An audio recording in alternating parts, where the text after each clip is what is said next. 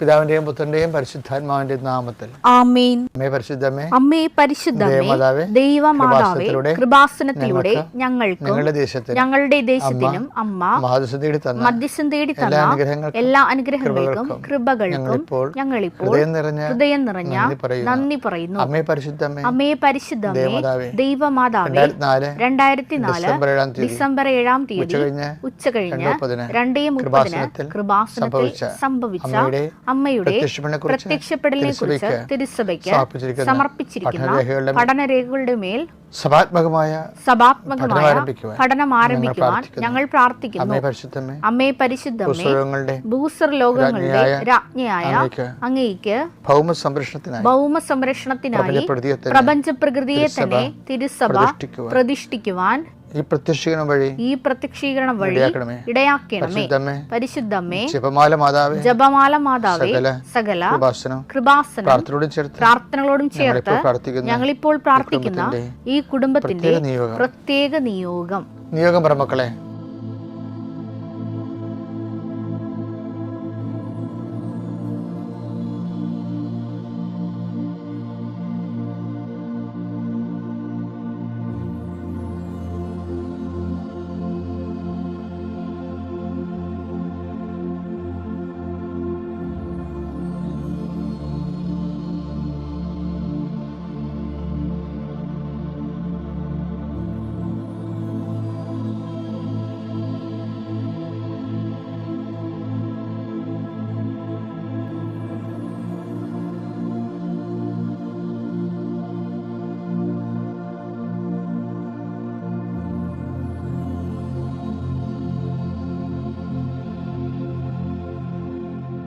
അമ്മയുടെ പ്രത്യക്ഷീകരണത്തിന്റെ ഈ അനുഗ്രഹവേളയിൽ ഞങ്ങൾക്ക് സാധിച്ചു തരുവാൻ കനിയണമേ.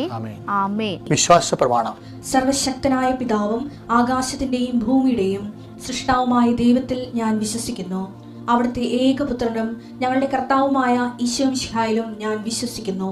ഈ പുത്രൻ പരിശുദ്ധാത്മാവിനാൽ ഗർഭസ്ഥനായി കന്യകാമറിയത്തിൽ നിന്ന് പിറന്ന് പൊന്തിയോസ് പിലാത്തോസിന്റെ കാലത്ത് പീഡകൾ സഹിച്ച് കുരിശിൽ തറയ്ക്കപ്പെട്ട് മരിച്ച് അടക്കപ്പെട്ട് പാതാളങ്ങളിൽ ഇറങ്ങി മരിച്ചവരുടെ ഇടയിൽ നിന്ന് 3-ാം നാൾ ഉയർത്ത് സ്വർഗത്തിലേക്ക് എഴുന്നള്ളി സർവശക്തിയുള്ള പിതാവായ ദൈവത്തിന്റെ വലതുഭാഗത്തിരിക്കുന്നു. അവിടെ നിന്ന് ജീവിക്കുന്നവരെയും മരിച്ചവരെയും വിധിക്കുവാൻ വരുമെന്നും ഞാൻ വിശ്വസിക്കുന്നു. പരിശുദ്ധാത്മാവിലും ഞാൻ വിശ്വസിക്കുന്നു. വിശുദ്ധ കത്തോലിക്കാ സഭയിലും പുണ്യവാന്മാരുടെ ഐക്യത്തിലും പാപങ്ങളുടെ മോചനത്തിലും ശരീരത്തിന്റെ ഉയർപ്പിലും നിത്യമായ ജീവിതത്തിലും ഞാൻ വിശ്വസിക്കുന്നു. ആമേൻ. സുഖസ്ഥനായ ഞങ്ങളുടെ പിതാവേ, അങ്ങയുടെ നാമം പൂജിതമാകണമേ. അങ്ങയുടെ രാജ്യം വരണമേ. അങ്ങയുടെ തിരുമനസ് സ്വർഗത്തിലെ പോലെ ഭൂമിയിലും ആകണമേ. അന്നു വേണ്ടുന്ന ആഹാരം ഇന്ന് ഞങ്ങൾക്ക് തരണമേ. ഞങ്ങളോട് തെറ്റ് ചെയ്യുന്നവരോട് ഞങ്ങൾ ക്ഷമിക്കുന്നത് പോലെ ഞങ്ങളുടെ തെറ്റുകൾ ഞങ്ങളോടും ക്ഷമിക്കണമേ. ഞങ്ങളെ പ്രലോഭനത്തിൽ ഉൾപ്പെടുത്തരുതേ, തിന്മയിൽ ഞങ്ങൾ രക്ഷിക്കണമേ. ആമേൻ. നന്മ നിറഞ്ഞ മറിയമേ, സ്വസ്തി. കർത്താവ് അങ്ങയുടെ കൂടെ സ്ത്രീകളിൽ അങ്ങ് അനുഗ്രഹിക്കപ്പെട്ടവളാകുന്നു. അങ്ങയുടെ ഉദരത്തിൻ ഫലമായി ഈശോ അനുഗ്രഹിക്കപ്പെട്ടവനാകുന്നു. പരിശുദ്ധ മറിയമേ, തമ്പുരാന്റെ അമ്മേ, പാപികളായ ഞങ്ങൾക്ക് വേണ്ടി ഇപ്പോഴും ഞങ്ങളുടെ മരണസമയത്തും തമ്പുരാനോട് അപേക്ഷിക്കണമേ. ആമേൻ. എൻ്റെ കർത്താവിൻ്റെ ഉന്നതമായ നാമത്തിന് സ്വസ്ഥം ചെയ്യുന്നു. കർത്താവെ, അങ്ങയുടെ വിശുദ്ധ രക്തത്താൽ വീണ്ടെടുക്കപ്പെട്ട അങ്ങയുടെ ജനത്തിനു വേണ്ടി ഞാൻ പ്രഭാതത്തിൽ പ്രാർത്ഥിക്കുന്നു. കർത്താവെ, അങ്ങയുടെ മക്കൾ ആദരവോടെ രേഖകളും പിടിച്ചുകൊണ്ട് മുട്ടയിൽ നിന്നുകൊണ്ട് പ്രാർത്ഥിക്കുകയാണ്. ഈശോ കർത്താവെ, not by merit but by grace, നിൻ്റെ കഴിവ് കൊണ്ടല്ല എൻ്റെ കൃപ കൊണ്ടാണെന്ന് അളിച്ചത് കർത്താവിൻ്റെ അതേ വചനങ്ങളിൽ ആശ്രയിച്ചുകൊണ്ട് അങ്ങയുടെ മക്കളുടെ ശിരസ്സിലും ആ രേഖകളിൽ ഞാൻ കൈവച്ച് പ്രാർത്ഥിക്കുന്നു. കർത്താവെ, അടിപ്പഴ പോലെ വൈദാഖനം പോലെ ദീപികമായ ശക്തി ഈ വ്യക്തികളിലേക്ക് ഇറങ്ങട്ടെ എന്ന് പ്രാർത്ഥിക്കുന്നു. പിതാവിൻ്റെയും പുത്രൻ്റെയും പരിശുദ്ധനാമത്തിൽ മാരക രോഗങ്ങൾ, തീരാവ്യാധികൾ, ജീവിത ദുരിതങ്ങൾ, ജീവിത തടസ്സങ്ങൾ യേശുനാമത്തിൽ മാറിപ്പോകട്ടെ. ഇന്നത്തെ ദിവസം എൻ്റെ മക്കളെ പോകുന്ന എല്ലാ ഇടങ്ങളിലും, കണ്ടുമുട്ടുന്ന വ്യക്തികളിലും, ഇടപെടുന്ന സാഹചര്യങ്ങളിലും, ചെയ്യാനുള്ള ജോലികളിലും, പൂർത്തിയാക്കേണ്ട ജോലികളിലും, ഒപ്പിടേണ്ട താളുകളിലും കർത്താവിൻ്റെ കൃപ നിങ്ങളെ ആവശ്യിക്കട്ടെ. എന്ത് വിഷയത്തിന് വേണ്ടിയാണോ എൻ്റെ മക്കളെ ഇന്ന് വേദനപ്പെടുന്നത്, മനസ്സ് വിമിട്ടപ്പെടുന്നത്, അവിടെ പരിശുദ്ധമ്മ നിനക്ക് വേണ്ടി മധ്യസ്ഥ വഹിക്കുകയും നിനക്ക് വേണ്ടി വാദിക്കുകയും സംസാരിക്കുകയും ചെയ്യാൻ അഡ്വക്കേറ്റായ അമ്മ നിനക്ക് വേണ്ടി വാദിക്കുകയും നിൻ്റെ സങ്കടങ്ങൾ ഏറ്റെടുക്കുകയും നിൻ്റെ ജീവിതം വിശുദ്ധിയിലും വിശ്വാസത്തിലും വളരുവാൻ നിന്നെ സഹായിക്കുകയും ചെയ്യട്ടെ. കർത്താവേ, രോഗികളെ സ്പർശിക്കണമേ കർത്താവേ. മനസ്സ് നീറിക്കഴിയുന്നവർ, ഡിപ്രഷനിൽ കഴിയുന്നവർ, എന്ത് ചെയ്യണമെന്ന് അറിയാൻ പറ്റും ഒരു വഴി കാണാതിരിക്കുന്നവർ, ആരെങ്കിലും ഒന്ന് ഉപദേശിച്ചിരുന്നെങ്കിൽ, എന്തെങ്കിലും ആരെങ്കിലും ഒന്ന് പറഞ്ഞു തന്നിരുന്നെങ്കിൽ എന്ന് വിചാരിക്കുന്നവർ, പണമില്ലാത്തവർ, എല്ലാ തരത്തിലും തളർന്നിരിക്കുന്നവർ, ആശുപത്രിയിലെ ബൈസ്റ്റാൻഡേഴ്സ്, പ്രസവിക്കാൻ പോകുന്നവർ, പ്രസവിച്ച കുഞ്ഞിൻ്റെ രോഗങ്ങളെ ഓർത്തുകൊണ്ടും വിഷമിക്കുന്നവർ, ആശുപത്രി ബോധമില്ലാതിരിക്കുന്നവർ, അവിടെ എല്ലാം കർത്താവിൻ്റെ അടിപ്പണ പോലെ വൈദാഖാമ ദൈവികമായ ശക്തി നിങ്ങളിലേക്ക് ആവശ്യിച്ചുകൊണ്ട് നിങ്ങളെ പൂർണ്ണമായി ഇന്ന് കർത്താവിൻ്റെ കാറ്റടിച്ച് നിങ്ങൾ ശക്തി പ്രാപിക്കുകയും നിങ്ങൾ ബലം പ്രാപിക്കുകയും ചെയ്യട്ടെ. Lord Jesus Christ, pour out His Spirit, touch with a fire finger, suck with the precious blood, authority of the Catholic Church, power of Jesus Christ, merit of some holy priesthood. I bless and hallow your documents and you yourself. Thank you. Thank you, Jesus. എപ്പോഴും സംഭവ വിഷയം ഡിസേർമെൻ്റ് എന്ന് പറയുന്നത് ഭയങ്കര serious വിഷയമാണ്. നമുക്ക് ആത്മാവിൽ ജ്വലിച്ച് നിൽക്കുന്നവർക്ക് ഒരു സെൽഫ് ഡിസേർമെൻ്റ് ഉണ്ടാവും. എങ്കിലും ചില സമയത്ത് നമ്മുടെ ഇമോഷൻ നമ്മളെ വഴിതെറ്റിക്കും. ഇമോഷണലി നമ്മൾ ചില ആവശ്യത്തിനോട് ഓവർ അറ്റാച്ച് ചില വിഷയങ്ങളോട്. അപ്പോൾ അതാണ് ശരിയും നമ്മുടെ ഇന്ദ്രിയം നമ്മോട് പറഞ്ഞുകൊണ്ടിരിക്കും, നമ്മുടെ ആന്തരിക ബോധ്യം നമ്മൾ പറഞ്ഞിരിക്കണം. അപ്പോൾ നമുക്ക് തടഞ്ഞില്ലെങ്കിൽ അത് ശരി. ഈ ആത്മഹത്യ ചെയ്യുന്ന ആൾക്കാരും ആത്മഹത്യണവരെ അത് പാപമാണെന്ന് കരുതണില്ലല്ല. ഇവർക്ക് 2 മക്കളുണ്ട്. ആത്മഹത്യ ചെയ്ത പല ആൾക്കാർക്ക് മാതാപിതാക്കൾ നല്ല സ്നേഹമുള്ള മാതാപിതാക്കന്മാരുണ്ട്. പക്ഷേ ആ ഒരു സെക്കൻഡിൽ അവർ വിചാരിക്കണത് എന്താണ്? ആത്മഹത്യയാണ് നല്ലതെന്നാണ്. ആ ഒരു സെക്കൻഡാണ് ഒരു പ്രശ്നം. അപ്പോൾ ചെയ്യണ ഭയങ്കര ബ്ലണ്ടറാണെങ്കിൽ പോലും ആ സെക്കൻഡിന് അവർ ആ സത്യമാണെന്ന് വിശ്വസിക്കുന്നു. ഇത് ഇന്ദ്രിയത്തിനുണ്ടാകുന്ന ഒരു അബദ്ധമാണ്. അതുകൊണ്ടാണ് there must be somebody, വിശ്വസിക്കാൻ പറ്റിയ ഗൈഡ് ചെയ്യാൻ പറ്റുന്ന ആരെങ്കിലും ഒരാൾ, ഒരു ഫാദർ. എല്ലാവർക്കും ഉണ്ടാകുന്നത് ഉടമ്പടി വളർച്ചയ്ക്ക് നമ്മളെ സഹായിക്കും. അപ്പോൾ ഉടമ്പടിക്കാരെല്ലാവരും ഒരു സ്പിരിച്വൽ ഫാദറിനെ പ്രത്യേകിച്ച് കണ്ടുവെത്തണം, പേഴ്സണലായിട്ട് സംസാരിക്കാൻ പറ്റുന്ന. അതേസമയം തന്നെ ഡിസേർമെൻ്റ് ഉണ്ടാകണം. ഡിസേർമെൻ്റ് എന്ന് പറയുന്നത് ആത്മാവിൽ നിറഞ്ഞുള്ള ഒരു സംഭവം കേൾക്കുമ്പോൾ തന്നെ വൈറ്റ് ഓർ ബ്ലാക്ക് എന്നിങ്ങനെ ഓട്ടോമാറ്റിക് ആയിട്ട് നമുക്ക് തോന്നും. അത് വിവേചന ശക്തി എന്ന് പറയുന്നത്. ഇപ്പോൾ ഞാനൊക്കെ കുമ്പസാരിക്കാൻ പോകുമ്പോൾ ആ കുമ്പസാരിക്കാൻ തരുന്ന ഉപദേശങ്ങൾ വരെ അനോയിൻറ്റഡ് ആകാൻ വേണ്ടി മുൻകൂട്ടി പ്രാർത്ഥിക്കും. കുറേ നേരം പ്രാർത്ഥിച്ചു. അതാണ് കുമ്പസാരത്തിന് മുമ്പുള്ള പ്രാർത്ഥന. പിന്നെ ഏറ്റവും നല്ലത് മനസ്സാപ്രകരണമാണ്. ഞാൻ വിശ്വാസ പ്രമാണം ചെല്ലണതിന് മുമ്പ് ഞാനിപ്പോൾ റോമിൽ പോയപ്പോൾ എല്ലാ മാർട്ടിടത്തിലും പോയി. ജസ്റ്റിൻ ദ മാർട്ടയർ, പത്രോസിൻ്റെ ശവകുടീരത്തേക്ക് പോയി കുർബാനയില്ലേ, അതിൻ്റെ അടുത്തുള്ള തൊട്ടരികിലുള്ള ആൾത്താരെ വിശുദ്ധ പത്രോസിൻ്റെ. അതിനുശേഷം പൗലോസിൻ്റെ കുഴിമാടത്ത് പോയി പ്രാർത്ഥിച്ചു. അതിനുശേഷം വിശുദ്ധ പൗലോസിൻ്റെ.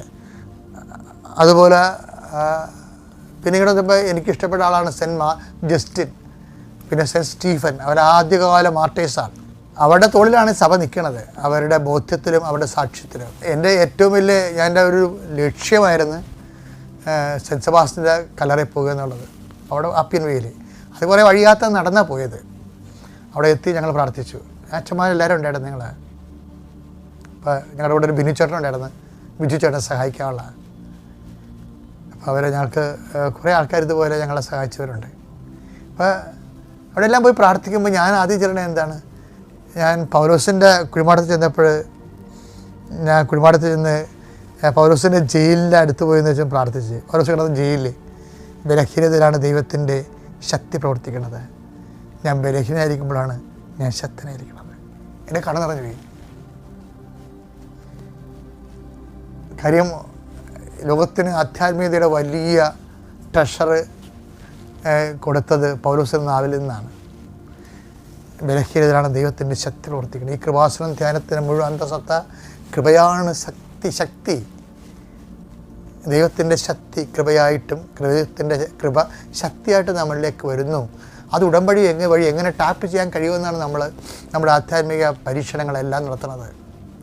അപ്പോൾ പൗലോസിൻ്റെ അടുത്ത് പോയി എന്നെ ശക്തനാക്കുന്നതോടെ എനിക്കെല്ലാം ചെയ്യാൻ കഴിയും എന്ന് ഞാനിങ്ങനെ പറഞ്ഞുകൊണ്ടിരുന്നു. പക്ഷെ ഇതൊക്കെ പറയുന്ന ഒരു കാര്യം ഞാൻ പറഞ്ഞായിരുന്നു. എന്താണ്? മനസ്സാപരണം എൻ്റെ ദൈവമേ ഏറ്റവും നല്ലവരും എല്ലാത്തിനും ഉപരിയായി സ്നേഹിക്കപ്പെടാൻ യോഗ്യനുമായ അങ്ങയ്ക്കെതിരായി പാപം ചെയ്തു പോയനാൽ പൂർണ്ണഹൃദയത്തോടെ മനസ്തപിക്കുന്നു. പാപങ്ങളെ വെറുക്കുന്നു. നിങ്ങൾ ഈ മനസ്താപ്രകടനം മാത്രം. എൻ്റെ മക്കളെ ഒരു കാര്യം, ഈ കൃപാസന മക്കളെ പ്രത്യേകം ശ്രദ്ധിക്കണം. ഈ ഉടമ്പടി ജീവിതമാക്കിയവർ, നിങ്ങൾ വിശ്വാസപ്രകടനം ചെല്ലുന്നതിന് മുമ്പ് മനസ്താപ്രകടനം ചൊല്ലിയിരിക്കണം. കാര്യം നമ്മൾ വിശ്വാസത്തിൻ്റെ പ്രഖ്യാപനമാണ് ജീവിതം, പ്രഘോഷണമാണ്. പക്ഷേ അതിന് നമ്മളെ യോഗ്യമാക്കണത്, ഒരു സാഹചര്യം ഒരുക്കണതും ഈ മനസ്താപകരണമാണ്. പാപത്തെ അഡ്രസ്സ് ചെയ്യണതാണ് ക്രിസ്തുവിൻ്റെ ജീവിതവും ക്രിസ്തുവിൻ്റെ ദൗത്യവും എന്ന് പറയുന്നത്. അപ്പോൾ നമ്മളും പാപമില്ലാതെ ജീവിക്കാൻ വേണ്ടിയുള്ള പരക്കമാണ് മനസ്സിലുണ്ടാകുന്നത്. അപ്പോൾ അതുകൊണ്ട് എവിടെയെങ്കിലും അറിഞ്ഞോ അറിയാതെയൊക്കെ പോയിട്ടുണ്ടെങ്കിൽ അതിനാണ് ഈ മനസ്താപകരണം ചെയ്തിട്ട് അനുതാപത്തിലേക്ക് വരുന്നത്. കാര്യം സുവിശേഷം മൊത്തം അനുതാപത്തിൻ്റെ യാത്രയാണ്. ശരിക്കും പറഞ്ഞാൽ മാനവരാശിയെ അനുതാപത്തിൻ്റെ അനുരണനങ്ങളിലേക്ക്, അധ്യായങ്ങളിലേക്ക് 1, 2, 3 എന്ന് പറഞ്ഞ് പഠിപ്പിച്ചുകൊണ്ടാണ് ഈശോ യൂദയായിന്ന് ജെറുസലേമിലേക്ക് പോണത് തന്നെ. അപ്പം അതിനുള്ളിലാണ് ഈ ഡയബോളിക് പേഴ്സണാലിറ്റീസിനെ ഈശോ അഡ്രസ്സ് ചെയ്യണത്. നമ്മൾ തന്നെ ഉള്ള തിന്മയുടെ ആത്മാവിനെ നമുക്ക് തന്നെ പിടികിട്ടത്തില്ല. അതുകൊണ്ട് ഈശോ പറയും, വാട്ട് സ്പിരിറ്റ് ലീഡ്സ് യു എന്ന് ചോദിക്കാൻ എന്തരൂപിയാണ് നിങ്ങൾക്കുള്ളത്, നിങ്ങൾ തന്നെ ധ്യാനിച്ച് കണ്ടെത്താൻ വേണ്ടിയാണ് ഈ ഇഷ്യൂസ് ഉണ്ടാക്കുന്നത്. ഇവരവിടെ ചെന്നപ്പോൾ സമരക്കാർ ഈശോനെ വിടത്തില്ലെന്ന് കേട്ടപ്പോൾ ഇവർ ചിലപ്പോൾ തന്തക്ക് വിളിച്ച് കാണും. അത് ഇവർ സുവിശേഷം റിപ്പോർട്ട് ചെയ്യാത്തതാണ്. അതുകൊണ്ടാണ് ഇത്രയും ചൂടായിട്ട് വന്നിട്ട് തീയും ഗന്ധം ഇറങ്ങി നശിപ്പിക്കണമെങ്കിൽ ചോദിക്കണമെങ്കിൽ അത്രയും വലിയ കലാപം അവിടെ നടന്നു കാണും. കലാപത്തിലേക്ക് കർത്താവ് തന്നെ കൂട്ടിക്കൊണ്ട് പോകും. എന്തിനാണ്? നമ്മുടെ അരൂപി എന്താണെന്ന് അറിയാൻ വേണ്ടി. എന്താണെന്ന് അറിയാനല്ല, നമ്മളെ അറിയിക്കാൻ. എന്നിട്ട് പറയും, ഞാൻ വന്നിരിക്കുന്നത് നശിപ്പിക്കാനല്ല, കൊല്ലാനല്ല, ജീവനുണ്ടാകാനും. അപ്പം ജീവൻ്റെ ശുശ്രൂഷകരാണ് സുവിശേഷകരെന്ന് പറയണേ. അത് പഠിപ്പിക്കാൻ വേണ്ടിയാണ് ഇത്രയും വലിയ ഈ സിറ്റുവേഷൻസ് ക്രിയേറ്റ് ചെയ്തിരിക്കുന്നത്. അമ്മയ്ക്കും തിരുക്കുമാരനും കോടാനുകോടി നന്ദി പറയുന്നു. എൻ്റെ പേര് സിന്ധു ഡെൽസൺ, ഹസ്ബൻഡിൻ്റെ പേര് CC ഡെൽസൺ. വളരെ സന്തോഷത്തോടുകൂടിയാണ് ഞാൻ ഇന്നിവിടെ സാക്ഷ്യം പറയാൻ നിൽക്കുന്നത്. ഞാൻ 2019 മാർച്ച് 19 ആദ്യമായി ഉടമ്പടി എടുത്തത്. അതിനുശേഷം 2 സാക്ഷ്യങ്ങൾ ഈ പരിശുദ്ധ അൾത്താരയിൽ ഞാൻ പറഞ്ഞു. ഇത് 3ാമത്തെ എൻ്റെ സാക്ഷ്യമാണ്. ഒരുപാട് സന്തോഷത്തോടുകൂടിയാണ് ഞാൻ ഇവിടെ നിൽക്കുന്നത്. എൻ്റെ സാക്ഷ്യത്തിൽ ഞാൻ ഇവിടെ തുടങ്ങുകയാണ്. ആദ്യമായിട്ട് എനിക്ക് മാതാവിനെ 24 മണിക്കൂറും ഞാൻ മാതാവിൻ്റെ ഭക്തിയാണ്. അപ്പോൾ എനിക്ക് ചെറുതായിട്ടൊക്കെ ഞാൻ പാട്ട് പാടും. അപ്പോൾ ആ സമയത്താണ് എനിക്ക് വെറുതെ ഒരു ദിവസം ഇരുന്നപ്പോൾ മാതാവിനെക്കുറിച്ച് എനിക്ക് 5-6 ലൈൻ എനിക്ക് ഇങ്ങനെ വന്നു എൻ്റെ മനസ്സിൽ. അപ്പം ഞാൻ അത് ഓടിപ്പോയി അത് എഴുതി വെച്ചിട്ട് എൻ്റെ മനസ്സിൽ തോന്നണ ഒരു ട്യൂൺ ഇട്ടിട്ട് ഞാനത് പാടി. മോൻ മ്യൂസിഷ്യനാണ്. അപ്പോൾ ഞാൻ അവനോട് പറഞ്ഞു, എനിക്കിത് കവർ സോങ് ചെയ്ത് റീല് ചെയ്ത് മാതാവിനെക്കുറിച്ച് എല്ലാവരും അറിയണം. അപ്പോൾ എനിക്ക് മോൻ അത് ചെയ്തു തരണം എന്ന് പറഞ്ഞു. അവൻ അതിലുള്ള കുറവുകളൊക്കെ തിരുത്തി എന്നോട് പറഞ്ഞു തീർച്ചയായിട്ടും ചെയ്യാമെന്ന് പറഞ്ഞു. അപ്പോൾ അതിന് ബാക്ക്ഗ്രൗണ്ട് മ്യൂസിക്കും എല്ലാം അതൊക്കെ റെഡിയാക്കി എനിക്ക് പാടാനുള്ളൊരു സമയം സ്റ്റുഡിയോ ഒക്കെ റെഡിയാക്കണമല്ലോ. അപ്പോൾ അതിന് വേണ്ടി വെയിറ്റ് ചെയ്യണ സമയത്താണ് ഒക്ടോബർ 26 എൻ്റെ ബർത്ത്ഡേ ആയിരുന്നു. അപ്പോൾ എല്ലാവരും സാക്ഷ്യത്തിൽ പറയുമല്ലോ ഞങ്ങൾക്ക് ഇന്ന ഗിഫ്റ്റ് കിട്ടി എന്നൊക്കെ. അപ്പോൾ ഞാനും പറഞ്ഞു, മാതാവേ എനിക്കും അങ്ങനെ ഒരു ആഗ്രഹമുണ്ട്, ഗിഫ്റ്റ് വേണമെന്ന്. അപ്പോൾ എനിക്കെന്ത് ഗിഫ്റ്റാണ് തരുന്നത് ഒക്ടോബർ 26 എന്ന് പറഞ്ഞു. അന്ന് വൈകുന്നേരം രാത്രി മോൻ എൻ്റെ അടുത്ത് പറഞ്ഞു, അമ്മ ഇങ്ങനെ ഒരു സോങ് ഉണ്ട്, അമ്മ ഒന്ന് ട്രൈ ചെയ്ത് നോക്കുക, ഒരു ഫിലിമിലേക്കാണ്. അപ്പോൾ അമ്മ ഒന്ന് ട്രൈ ചെയ്ത് നോക്കുക, പാട്ട് ഫിലിമിൽ വരുമോ എന്തോന്നൊന്നും എനിക്കറിയില്ല, എന്തായാലും അമ്മ ഒന്ന് ട്രൈ ചെയ്യുന്നു പറഞ്ഞിട്ട് അവൻ എന്നെ പാടി ഡയറക്ടർക്ക് അയച്ചു കൊടുത്തു. അപ്പോൾ ഡയറക്ടർക്ക് അതൊരുപാട് ഇഷ്ടപ്പെട്ടു. അതായത് എൻ്റെ ആ ഒരു വോയിസായിരുന്നു ആ ഫിലിമിന് വേണ്ടതെന്ന് പറഞ്ഞു. അത് എനിക്ക് ഭയങ്കര ഒരു അനുഗ്രഹമായിട്ട് അന്ന് എനിക്ക് തോന്നി. അതിനുശേഷം ആ ഫിലിം ഇച്ചിരി വൈകിയാണ് റിലീസാവുള്ളൂ എന്നൊക്കെ പറഞ്ഞു. അപ്പോൾ അതങ്ങനെ കണ്ടിന്യൂ ആയി ഇങ്ങനെ പോയിക്കൊണ്ടിരുന്നു. ഞാൻ പിന്നെ അതിനെക്കുറിച്ചൊക്കെ മറന്നുപോയി. പ്രാർത്ഥിച്ചുകൊണ്ടിരിക്കണം. അതിന് ശേഷം എനിക്ക് എപ്പോഴും 777 എന്ന നമ്പർ വരുന്നു. അപ്പം ഞാൻ എൻ്റെ ചേട്ടനോട് പറഞ്ഞു, എന്താണാവോ എനിക്ക് 7 എന്നുള്ള നമ്പർ എൻ്റെ മനസ്സിൽ വരുന്നതെന്ന് പറഞ്ഞപ്പോൾ ഡെൽസേട്ടൻ ഇങ്ങനെ മൂളിയിട്ട് അങ്ങോട്ട് വിട്ടു. പക്ഷേ 7-ാം തീയതി രാവിലെ ഒന്നും സംഭവിച്ചില്ല, ഉച്ചക്കും ഒന്നും സംഭവിച്ചില്ല. വൈകുന്നേരം പോയപ്പോൾ വീണ്ടും എൻ്റെ മോൻ പറഞ്ഞു, അമ്മയുടെ പാട്ട് ഫിലിമിലേക്ക് എടുത്തു, അത് ലിറിക്കൽ വീഡിയോ ആയിട്ട് ഇടാൻ അനുവാദം കിട്ടിയിട്ടുണ്ടെന്ന് പറഞ്ഞു. ഫിലിം അന്നേരം റിലീസായിട്ടില്ല.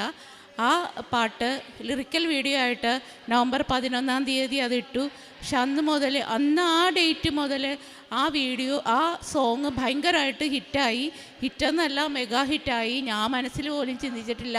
ഞാൻ മനസ്സിലോർത്തത് എൻ്റെ മാതാവിന് ഈ പാട്ട് എഴുതി മാതാവിനെ മഹത്വപ്പെടുത്തി ലോകം മൊത്തം അറിയിക്കുക എന്നുള്ളതായിരുന്നു. പക്ഷെ മാതാവ് തിരിച്ചെനിക്കൊരു സമ്മാനം തന്നത് എൻ്റെ പാട്ട് ലോകം മൊത്തം അറിയിപ്പിച്ചു. അതിനുശേഷം ഇത് ജനുവരി ഫെബ്രുവരി ഒക്കെ ആകുമ്പോഴാണ് റിലീസാവുള്ളൂ എന്നാണ് പറഞ്ഞിരുന്നത്. പക്ഷെ അപ്പോൾ ഒക്കെ ഞാൻ എൻ്റെ മോനോട് പറഞ്ഞു, ഇല്ലടാ, അത് മാതാവിൻ്റെ പ്രത്യക്ഷീകരണത്തിന് മുൻപായിട്ട് ആ പടം റിലീസാവും, എനിക്ക് നല്ല ഉറപ്പുണ്ട്, ഇതെനിക്ക് എൻ്റെ മാതാവിൻ്റെ ഉറപ്പാണ് എന്ന് പറഞ്ഞു. പക്ഷേ ഡിസംബർ 5 തന്നെ ആ പടം ഹിറ്റായി, ആ പടം റിലീസായി.